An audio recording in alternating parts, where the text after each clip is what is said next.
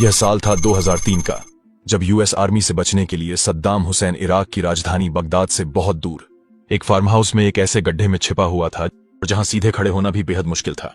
जब सद्दाम हुसैन की तलाश में यूएस आर्मी इराक का चप्पा चप्पा छान रही थी, खासकर बगदाद का, तब सद्दाम स्पाइडर होल कहे जाने वाले इसी गड्ढे में अपनी जिंदगी गुजार रहा था।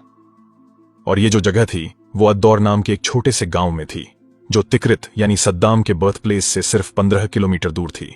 सद्दाम को पता था कि अमेरिका की टेक्नोलॉजी काफी एडवांस्ड है और अगर वो ज्यादा देर तक जमीन के ऊपर रहा तो वो कभी न कभी अमेरिकी ड्रोन या फिर स्पाई सैटेलाइट्स की नजरों में आ सकता है। इसलिए अद्दौर के इस फार्म हाउस में उसने झोपड़ी के एक कोने में एक छोटा सा गड्ढा खुदवाया, जिसका एंट्री पॉइंट हमेशा लकड़ी के एक चौकोर ढक्कन से ढका रहता था। ऐसा माना जाता है कि सद्दाम हुसैन के एक काफी करीबी बॉडीगार्ड मोहम्मद इब्राहिम ने ही उसे स्पाइडर होल का आइडिया दिया था। जब बगदाद में सद्दाम को ढूंढा जा रहा था, तब इब्राहिम ने ही उसे अपने नेटवर्क के जरिए सेफली अल्दौर के इस फार्म हाउस तक पहुंचाया था। मोहम्मद इब्राहिम ये भी जानता था कि यूएस ऑफिसर्स कभी न कभी उसके सहारे सद्दाम तक पहुंचने की कोशिश जरूर करेंगे, इसलिए वो अद्दौर से निकलकर वापस बगदाद चला गया। हाँ, लेकिन सद्दाम हुसैन की देखभाल के लिए इब्राहिम ने उस फार्म हाउस पर 2 नौकर रखे जो उसके काफी भरोसेमंद थे, और यही 2 लोग फार्म हाउस में छोटे मोटे काम करते थे और सद्दाम हुसैन की हर छोटी से छोटी जरूरत का ध्यान रखते थे। सद्दाम जब इस स्पाइडर होल में रह रहा था तो वो रोज नियमित रूप से कुरान पढ़ता था और हर दिन एक डायरी में कुछ न कुछ कहानियां लिखता रहता था और कुछ गलतियां होने पर उनमें सुधार करता था। ये सब वो इसीलिए करता था ताकि किसी तरह उसका समय कट सके। वो इस स्पाइडर होल में हमेशा बोरियत महसूस करता था, साथ ही हर वक्त उसे एक अनजाना डर भी सताते रहता था। सद्दाम को अमेरिका से ज्यादा अपने ही लोगों से धोखा खाने का डर था। उसे हर वक्त लगता था कि उसका कोई अपना ही कभी न कभी उसके बारे में यूएस आर्मी को इन्फॉर्मेशन दे देगा। इसलिए उसने अपनी जरूरतें इतनी कम कर दी थीं कि उसे ज्यादा लोगों के कांटेक्ट में रहने की जरूरत ही न पड़े। उस गड्ढे में अंधेरे से बचने के लिए उसके पास एक छोटी टॉर्च थी। उसके पास कुछ बैटरियां वगैरह भी थीं, जिससे वो एक छोटा पंखा चलाया करता था।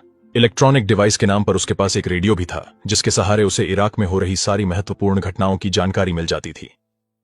वो टॉयलेट जाने के लिए भी सिर्फ रात के वक्त ही बाहर निकलता था और सिर्फ रात में ही थोड़ी देर बाहर टहलता था। दिन में बाहर निकलने से उसे डर लगता था कि कहीं कोई ड्रोन या सैटेलाइट उसकी लोकेशन ट्रैक ना कर ले।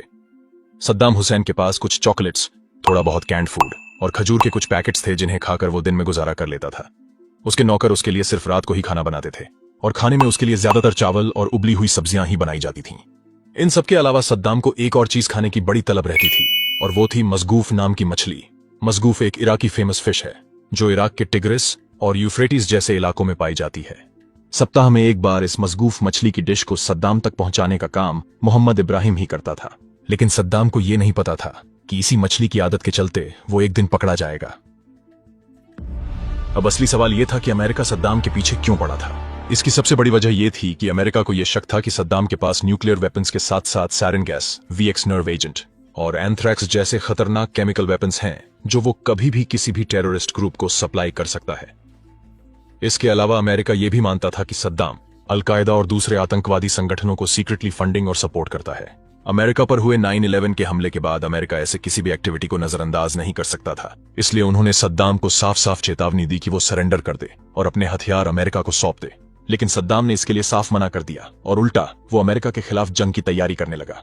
अब अमेरिका के लिए सद्दाम को पकड़ना हर हाल में जरूरी हो चुका था। इसी बीच 19 मार्च 2003 को CIA डायरेक्टर जॉर्ज टेनेट ने प्रेसिडेंट जॉर्ज बुश को एक बेहद सीक्रेट इन्फॉर्मेशन दी। इनपुट यह था कि सद्दाम अपने दोनों बेटे उदय और कुसै के साथ बगदाद के एक विला के नीचे बने बंकर में छिपा है और वहां वो कुछ सीक्रेट प्लान बना रहा है। सद्दाम को पकड़ने की ये एक प्राइम अपॉर्चुनिटी थी, इसलिए उसी दिन शाम 5 बजे अमेरिका ने बगदाद के उस सस्पेक्टेड हाइडआउट पर चारों तरफ से बंकर बस्टर बॉम्ब से हमला कर दिया। लेकिन सद्दाम वहां से पहले ही निकल चुका था। असल में उसने बगदाद के नीचे एक सीक्रेट टनल नेटवर्क बना रखा था जो इतने मजबूत थे कि बंकर बस्टर बॉम्ब्स भी उन्हें पूरी तरह डैमेज नहीं कर सकते थे। बगदाद से निकलने के बाद वो एक सेफ हाउस से दूसरे सेफ हाउस में छिपता रहा। जब सद्दाम अमेरिका के हाथ नहीं आया तो अमेरिकियों ने सद्दाम और उसके करीबी लोगों को पकड़ने के लिए एक क्रिएटिव तरीका निकाला। उन्होंने अपने सोल्जर्स को ताश के पत्ते खेलने को दिए, जिसमें एस कार्ड पर सद्दाम की फोटो, किंग ऑफ स्पेड्स पर उसके बड़े बेटे उदय और किंग ऑफ क्लब्स पर छोटे बेटे कुसै की फोटो प्रिंट थी और बाकी के पत्तों पर सद्दाम के करीबी ऑफिसर्स की फोटो प्रिंट थी, ताकि अमेरिकन सोल्जर्स को ताश खेलते खेलते इनमें से हर एक का चेहरा याद हो जाए। इधर इराक में कई जगह की गई छापेमारी के बाद भी जब सद्दाम और उसके बेटों का कोई ठोस सुराग नहीं मिला तो अमेरिका ने बड़ा दांव खेला। उन्होंने सद्दाम की खबर देने पर $25 मिलियन और उसके बेटों की खबर देने पर $15 मिलियन का इनाम घोषित कर दिया। इस इनाम का असर भी जल्द ही देखने को मिला। जब उदय और कुसै जिस विला में रह रहे थे उसके ओनर ने ही पैसों के लालच में उन दोनों का इनपुट अमेरिका को दे दिया। इनपुट मिलते ही 21 जुलाई को अमेरिकन फौज ने उस विला को चारों तरफ से घेर लिया और उदय और कुसै को सरेंडर करने को कहा। लेकिन सरेंडर के जवाब में उदय और कुसै ने उन पर फायरिंग कर दी। तब अमेरिकन सोल्जर्स ने बिना देर किए रॉकेट लॉन्चर से पूरे विला को ही उड़ा दिया। इस ऑपरेशन में उदय और कुसै के साथ साथ उदय के 14 साल के बेटे मुस्तफा और उनके एक बॉडीगार्ड की भी जान चली गई।